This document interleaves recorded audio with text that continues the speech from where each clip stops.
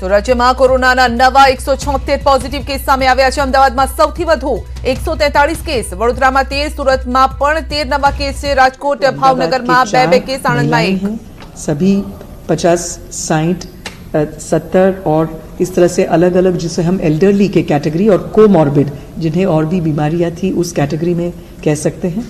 और वैसे ही सूरत की एक महिला, अरवली की एक महिला जो यूएन मेहता में हार्ट प्रॉब्लम से आई थी और कोविड का भी टेस्ट किया, वो पॉजिटिव आई थी। और वैसे ही वडोदरा के एक पुरुष जो एसएसजी हॉस्पिटल में 60 वर्ष के थे। इस तरह से हैं जो लोग डिस्चार्ज होके घर वापस चले गए हैं। 2 हैं ऐसे, राजकोट के एक 39 वर्ष के एक पुरुष 39 और एक 34 वर्ष के पुरुष गांधीनगर से, GMERS गांधीनगर से अच्छे होके वापस गए हैं। इस तरह से आज खास 2 और चीजें कहनी है कि रैपिड टेस्टिंग किट्स। तो कोरोनाથી રાજ્યમાં વધુ 7 દર્દીના મોત થઈ ચૂક્યા છે અને સૌથી વધુ કેસ જો આવ્યા હોય તો અમદાવાદમાં 143 કેસ છે। અમદાવાદના રામદેવનગરમાં પોઝિટિવ કેસ, જૂનાવાડ, જખાડિયા, જમાલપુરમાં પણ કેસ આવ્યા છે। તો ભરૂચ, પંચમહાલમાં એક પોઝિટિવ કેસ અને કુલ 176 નવા કેસ આવ્યા છે। અમદાવાદમાં 143 કેસ છે, વડોદરામાં 13, સુરતમાં 13 નવા કેસ। તો નાગરવાડા વિસ્તારમાં પણ પોઝિટિવ કેસ આવ્યો છે। વડોદરાના ન્યૂ સમારોડ વિસ્તારમાં પણ પોઝિટિવ કેસ। તો 176 પોઝિટિવ કેસ છે અને જેને લઈને હવે ચિંતા વધી ગઈ છે। 7ના મોત થઈ ચૂક્યા છે। તો રાજકોટમાં કોરોનાના કુલ 30 કેસ, ભાવનગરમાં કુલ 28 કેસ છે। ભાવનગરમાં 3ના મોત પણ છે અત્યાર સુધીમાં। આણંદમાં 27 કેસ અને ભરૂચમાં કુલ 22 કેસ છે। તો ગાંધીનગરમાં 17 અને 1નું મોત છે અત્યાર સુધી। જે ટોટલ આંકડો છે તે આ મુજબ છે। તો અમદાવાદમાં એક સાથે જે રીતે 150ની નજીક આ કેસ પહોંચી ગયા છે, 143 કેસ નોંધાયા છે, તેને લઈને હવે ચિંતા વધી ગઈ છે।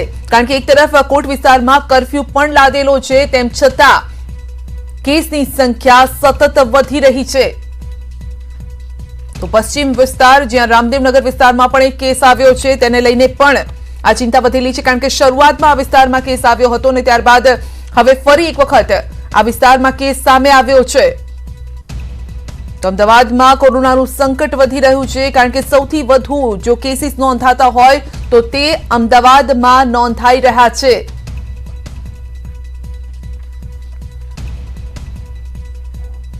તો અમદાવાદથી વધુ ગંભીર આ સમાચાર છે। એલજી હોસ્પિટલમાં 3 સ્ટાફને કોરોના, એક રેસિડેન્ટ ડોક્ટરનો રિપોર્ટ પણ પોઝિટિવ આવ્યો છે। 2 પેરામેડિકલ સ્ટાફને પણ કોરોના થયો છે। તો સંપર્કમાં આવેલા તમામ લોકોના સેમ્પલ્સ પણ લેવામાં આવશે।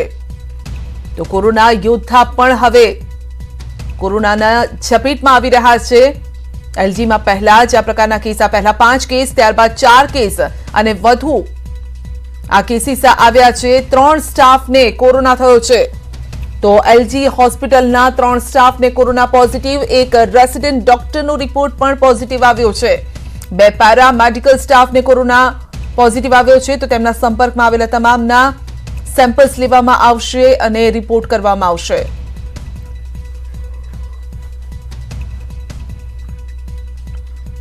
તો જે રીતે રાજ્યમાં કોરોના ના કેસીસ વધી રહ્યા છે, તેને લઈ અને ગુજરાત સરકારની ચિંતા પણ વધી રહી છે। જો કે ગઈકાલે જ રેપિડ ટેસ્ટ કીટ આવી ગઈ છે, જેનાથી હવે ફાયદો એ થશે કે ઝડપથી એ ટેસ્ટ થઈ શકશે। અત્યાર સુધી લાળનો જે ટેસ્ટ કરવામાં આવતો હતો તેનો રિપોર્ટ 12 કલાક પછી આવતો હતો, પરંતુ હવે જે રેપિડ ટેસ્ટ કીટ આવી છે તેનાથી 15 મિનિટમાં જ ખબર પડી જશે કે આપને ચેપ લાગ્યો છે કે નથી લાગ્યો। જેના કારણે હવે લોકો માટે અને તંત્ર માટે આ સૌથી ઉપયોગી સાબિત થવાનું છે। કારણ કે દર્દીની સારવાર પણ ઝડપથી થઈ શકશે અને જ્યારે ડોક્ટરને ખ્યાલ આવી જશે કે આ દર્દીનો રિપોર્ટ પોઝિટિવ છે, માટે તુરંત જ તેને સારવાર આપવામાં આવશે અને તેની રિકવરી પણ જલ્દી થઈ શકે છે। તો જેટલી ઝડપથી ખ્યાલ આવશે કે રિપોર્ટ પોઝિટિવ છે કે નેગેટિવ તેટલું જ તંત્ર ઝડપથી કામ પણ કરી શકશે. માટે આ સૌથી અગત્યની આ કીટ મળી છે રાજ્ય સરકારને અને હવે તેની આજે ટ્રેનિંગ પણ આપવામાં આવશે. 1 વાગે તેની ટ્રેનિંગ આપવામાં આવશે કે આ રેપિડ ટેસ્ટ જે કીટ છે તેનો ઉપયોગ કઈ રીતે કરવો. ત્યારબાદ તેને ડિસ્ટ્રીબ્યુટ કરવામાં આવશે અલગ અલગ વિસ્તારોમાં અને તે પ્રમાણે ટેસ્ટિંગ પણ થશે. પરંતુ સૌથી અગત્યની વાત એ છે કે અમદાવાદમાં એક સાથે 143 કેસ નોંધાયા છે.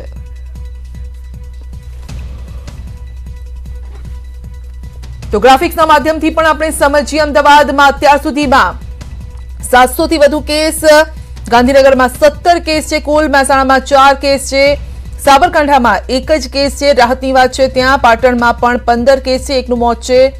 કચ્છમાં 4 કેસ છે, રાહતની વાત કચ્છ માટે. મોરબીમાં પણ 1 જ કેસ છે, ત્યાં પણ રાહતના સમાચાર. જામનગરમાં પણ 1 જ કેસ, જે પહેલો કેસ આવ્યો હતો તેનું મોત થયું હતું. પોરબંદરમાં 3 કેસ છે. તો ગીર સોમનાથમાં 2 કેસ છે, ભાવનગરમાં 28 કેસ છે, સુરતમાં 156, વડોદરામાં 152 કેસ છે, આણંદમાં 27, પંચમહાલમાં 8, 1નું મોત, છોટાઉદેપુરમાં 6 કેસ, દાહોદમાં 2 કેસ છે, બનાસકાંઠામાં 8 કેસ છે અને ખેડામાં 3 કેસ છે, ભરૂચમાં 22 કેસ, બોટાદમાં 4, 1નું મોત, નર્મદામાં 11.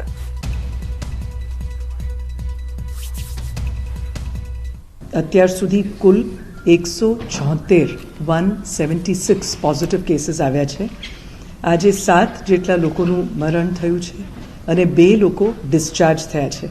અમદાવાદની અંદર 143 કેસ આવ્યા છે અને આમાં ખાસ નોંધ લેવાની વાત છે કે આ મોટા ભાગે અમદાવાદના જે 143 કેસીસ છે એ બધા હોટસ્પોટના જ એરિયાઝના છે અને 1-2 વિસ્તારોમાં બહુ ઘનિષ્ઠ ચેકિંગ ગઈકાલે ત્યાંની ટીમે કરી છે. તો જે રીતે કેસોની સંખ્યા વધી રહી છે તે સ્વાસ્થ્ય તંત્રની પણ ચિંતા વધારી રહી છે અને સાથે જ લોકોની પણ ચિંતા વધી રહી છે. પરંતુ લોકોએ હવે ખાસ તકેદારી રાખવાની જરૂર છે. લોકોએ ઘરની બહાર ન નીકળવું જોઈએ, કારણ કે રસ્તામાં પણ મોટી સંખ્યામાં હવે વાહનોની અવરજવર થતી પણ જોવા મળે છે. કામના લોકોએ જ બહાર નીકળવું જોઈએ. જેઓ અત્યારે આ સમયે ડ્યુટી આપી રહ્યા છે તે લોકોએ જ બહાર નીકળવું જોઈએ.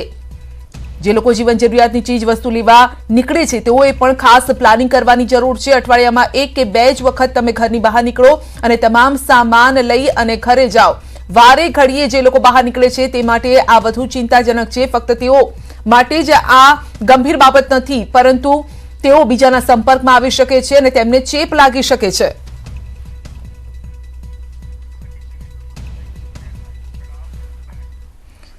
તો સુરતીઓનો નહીં સુધરવાનો પ્રણ છે. કેસ વધવા છતાં પણ લોકો બેદરકાર જોવા મળી રહ્યા છે. 2 શાકભાજીવાળાના રિપોર્ટ પોઝિટિવ આવ્યા છે. તો શાક માર્કેટમાં સોશિયલ ડિસ્ટન્સના લીરે લીરા ઉડતા જોવા મળ્યા છે. વરાછામાં સોશિયલ ડિસ્ટન્સનો અભાવ છે. શાક માર્કેટમાં સોશિયલ ડિસ્ટન્સના લીરે લીરા અને માસ્ક વગર પણ કેટલાક લોકો જોવા મળ્યા છે. આપ જોઈ શકો છો સામાન્ય દિવસોમાં જે પ્રકારે ભીડ જોવા મળતી હોય છે તેવી જ ભીડ જોવા મળી રહી છે. તો 2 શાકભાજીવાળાના રિપોર્ટ પોઝિટિવ આવ્યા છે, તેમ છતાં લોકો સુધારવા માટે તૈયાર નથી. વધુ માહિતી મેળવીશું ન્યૂઝ 18 ગુજરાતીના સંવાદદાતા પ્રજ્ઞેશ પાસેથી. જી પ્રજ્ઞેશ, આ લોકો ક્યારે સુધરશે? જી બિલકુલ, ખૂબ જ ગંભીર બાબત છે. પ્રશાસન સતત કહી રહ્યું છે કે શાકભાજી માર્કેટમાં સોશિયલ ડિસ્ટન્સ જાળવવું ખૂબ જરૂરી છે. આ પહેલા સોશિયલ ડિસ્ટન્સ નહીં જળવાતા 28 શાકભાજી માર્કેટો, જે નાની નાની માર્કેટો હોય છે, તેને બંધ કરી દેવામાં આવી છે. ત્યારબાદ ગઈકાલે જે 2 પોઝિટિવ કેસો શાકભાજી વિક્રેતાઓના આવ્યા છે, જે આવી રીતે ફેરીઓ લઈ લઈને જે વેચે છે, ત્યાર પછી પણ પ્રશાસને તમામને વોર્ન કર્યા છે કે સબ્જી મંડીમાં કોઈ પણ પ્રકારની ગર્દી કરવી નહીં. તમામ પ્રકારનો સ્ટોક અવેલેબલ છે, દોરી જાળવી રાખવી. પરંતુ જે પ્રમાણે આવા વિડીયો આવી રહ્યા છે, અલગ અલગ વિસ્તારમાંથી જે ઘટનાઓ સામે આવી રહી છે, ચોક્કસપણે ખૂબ જ ગંભીર બેદરકારી છે. ને તેનું પરિણામ માત્ર એ લોકોએ નહીં, પરંતુ ત્યાં વસતા લોકો, આસપાસના લોકો, કારણ કે માન દરવાજા જે રેડ ફ્લેગ જાહેર કરવામાં આવ્યું છે ત્યાં 51 થી વધુ કેસ, એક જ ટેનામેન્ટમાં 51 થી વધુ કેસ, ત્યાં પણ આવી જ પરિસ્થિતિ હતી. એટલે ખૂબ જ ગંભીર બાબત છે ને લોકોએ ચેતી જવાની જરૂર છે.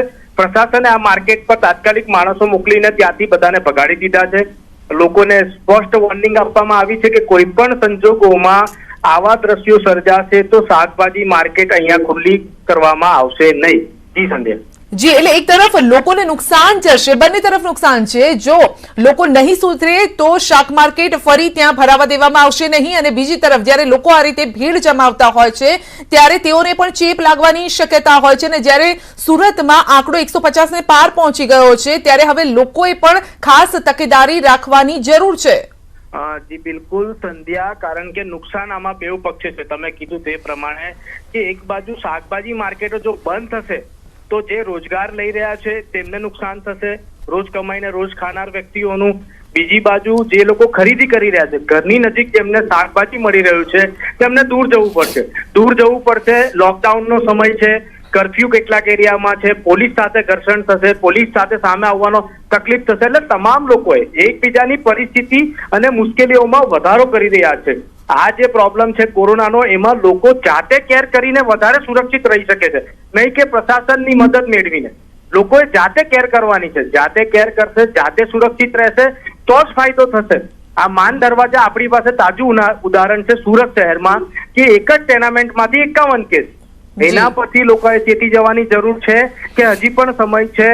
પ્રશાસનને સહકાર આપે, પોલીસને સહકાર આપે, ગાઈડલાઈનને સ્ટ્રિક્ટલી ફોલો કરે, નહીંતર પરિસ્થિતિ વિકટ બની શકે છે. જી બિલકુલ, આ પરિસ્થિતિ વિકટ બની શકે છે. આપનો આભાર મારી સાથે જોડાવા બદલ. તો આપ જોઈ શકો છો શાક માર્કેટના દ્રશ્યો છે જ્યાં લોકોએ ભીડ જમાવી છે, માસ્ક પણ નથી પહેરેલું ને એકબીજાને મળતા પણ જોવા મળી રહ્યા છે.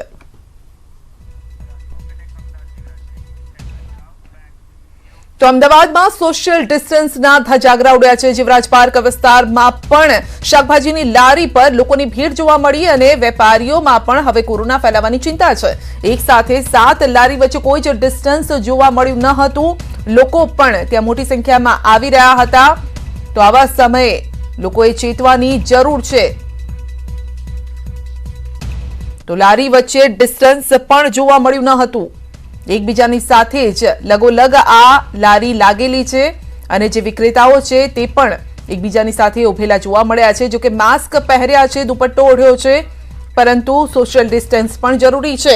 તો અમદાવાદના અંકુરમાં લેવાયા છે સેમ્પલ. શાકભાજી વાળાઓના સેમ્પલ લેવામાં આવ્યા છે. કોરોનાના કેસ વધતા સેમ્પલ લેવાયા છે.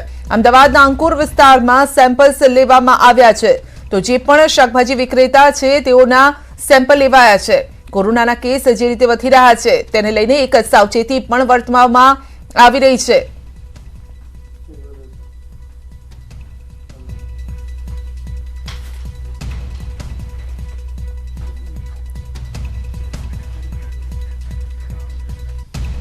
તો ભરૂચ સિવિલ હોસ્પિટલ સીલ કરાય છે. સિવિલ હોસ્પિટલના 7 કર્મીઓને કોરોના. સિવિલ હોસ્પિટલમાં લોકોની અવરજવર પર રોક લગાવવામાં આવી છે. મોટાભાગના કર્મીઓને કરાશે ક્વોરન્ટીન.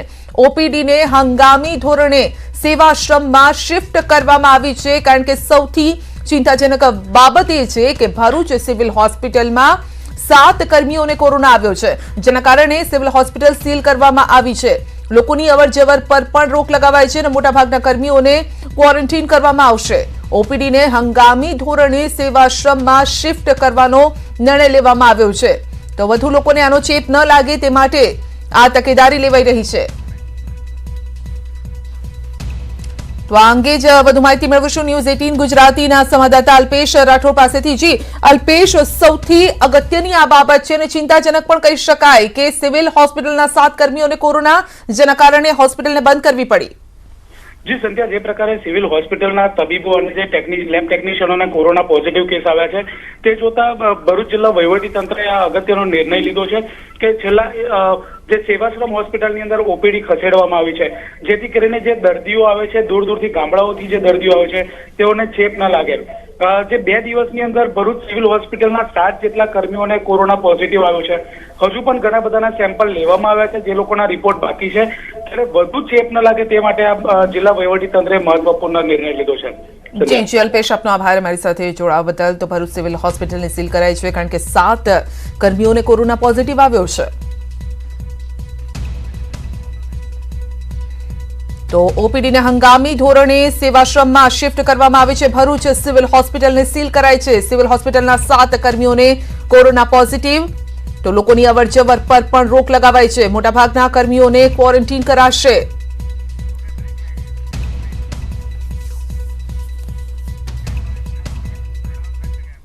બુલેટિનમાં આગળ વધીશું.